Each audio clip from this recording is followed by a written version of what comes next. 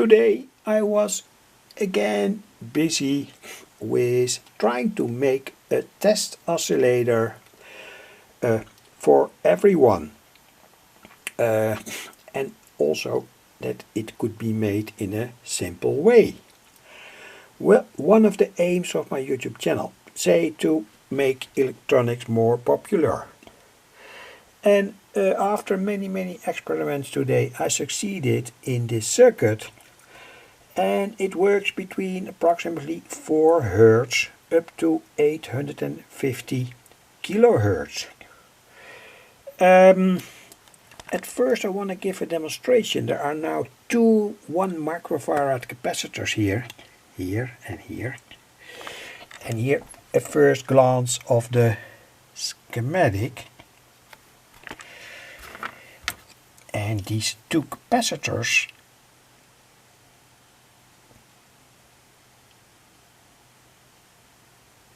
are here.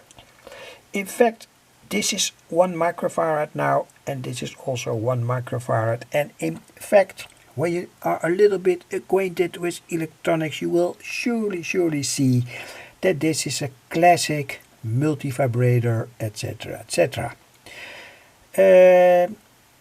In the afternoon I was busy. It did not want to succeed, but anyway, this circuit worked properly, finally. And for the higher frequencies, when it doesn't want to start, you have a restart switch that's normally closed. And I want to refer to an earlier video about, say, the problems that can occur with astable multivibrators.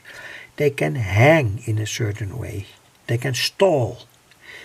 And to prevent stalling, you can push this switch for a moment and then it restarts.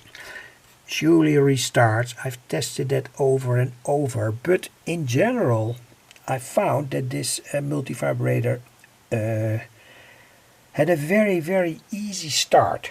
Anyway, here is the circuit on the workbench. Perhaps I'm going to make it in a definite way, still thinking about it. Anyway, let's look at the waveform. Here, that is the waveform that it gives out, and of course it's not a perfect square wave, but given its simplicity with only 2 transistors, I think it's a properly working circuit. It's now on 295-278 or so kilohertz.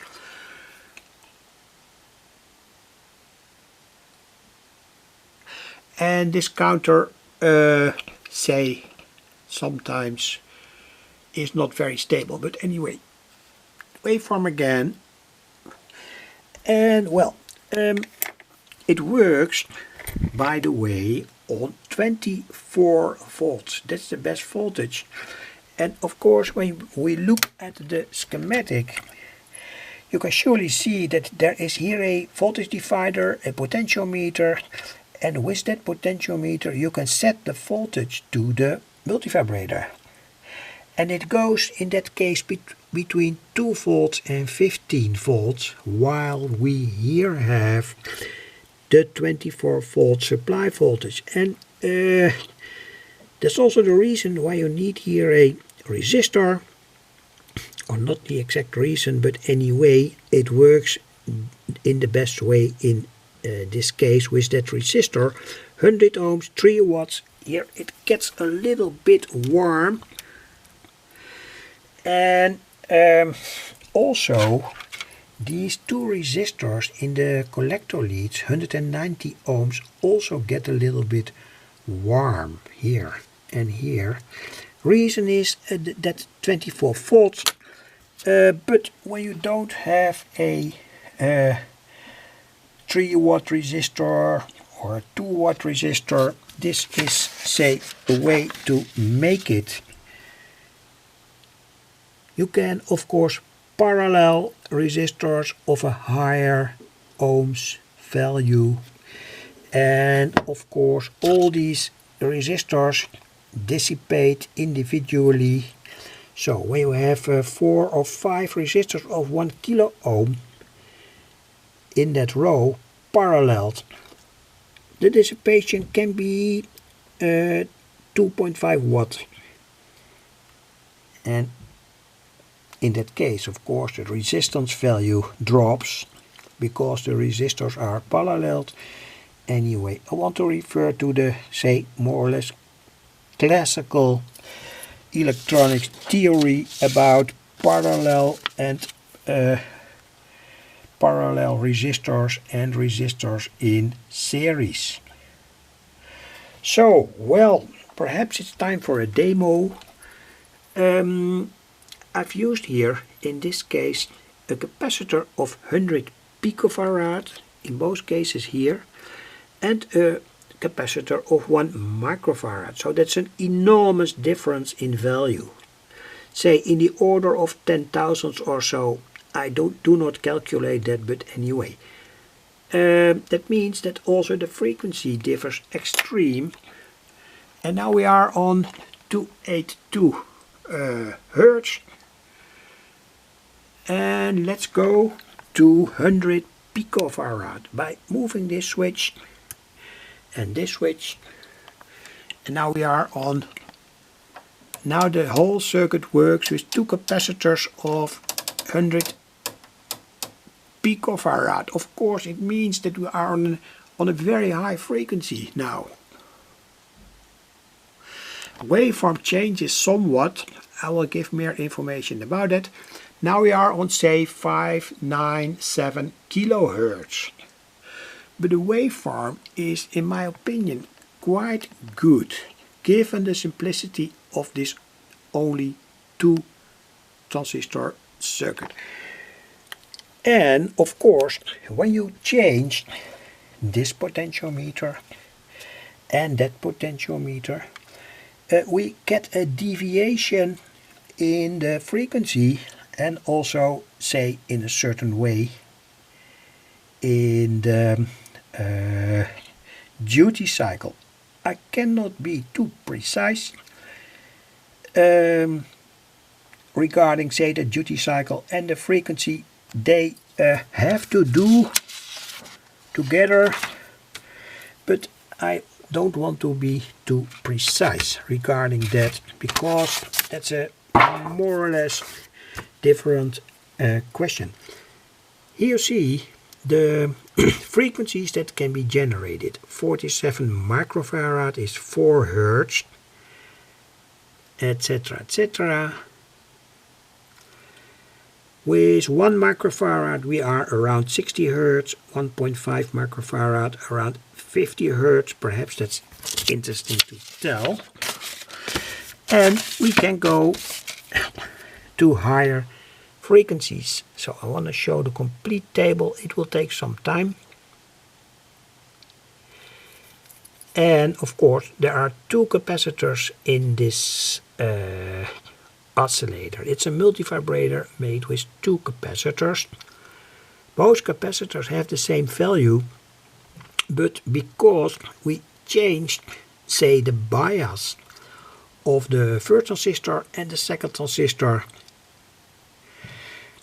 it means that we can, say, deviate the waveform a little bit. When the oscillator doesn't want to start, and I had that problem here with the capacitor of 1500 picofarad, you can use the start button, restart button, and with 50 picofarad you are in this range, 914 kilocycles. But anyway, that is when you want to do experiments. So 100 picofarad is the, say, the more or less practical highest value of capacitors that you can use here. And here is that 100 picofarad cap. Also here, now it's bridged via that switch with a 1 microfarad cap, and that means that we drop from, say, 800 kilocycles to, say, 200 Hertz. 200 cycles. So that's an enormous range. Again. Well, there's not so much more to tell. This is, say, the test range that I've used. Do the table again.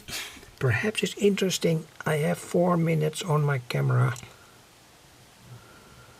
And you can surely use this as a fixed value multivibrator, square wave oscillator, but also as a square wave oscillator with via which you can set the say the duty cycle and the frequency. Schematic again. I've used BC547B. I'm almost sure that you can also use the BD139, but they have another pin output. So 494 kilohertz.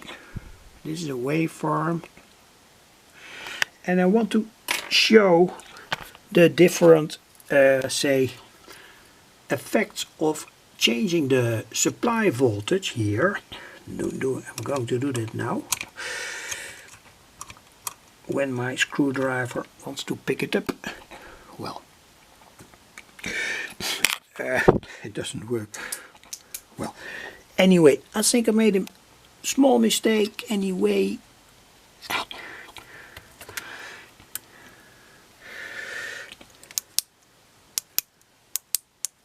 Well, this was a demo, and I don't know why it suddenly does not work, but anyway,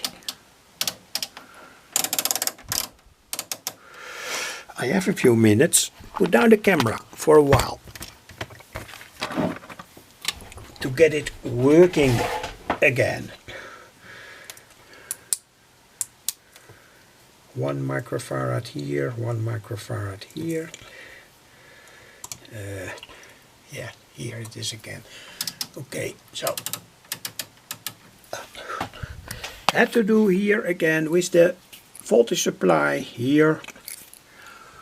Well, 282 Hertz. What I wanted to show is that you can change the waveform a little bit and change the duty cycle somewhat. I don't want to make this video all over because of this, say, glitch in my video. You surely see that it works. I'm now changing P1, potentiometer 1, and now I'm changing potentiometer 2. So, again, that was all. Thanks for watching the schematic again. Wish you luck. It's a very simple and I think very useful circuit that everyone interested in electronics can make. Bend over a little bit. Waveform is, in my opinion, very good.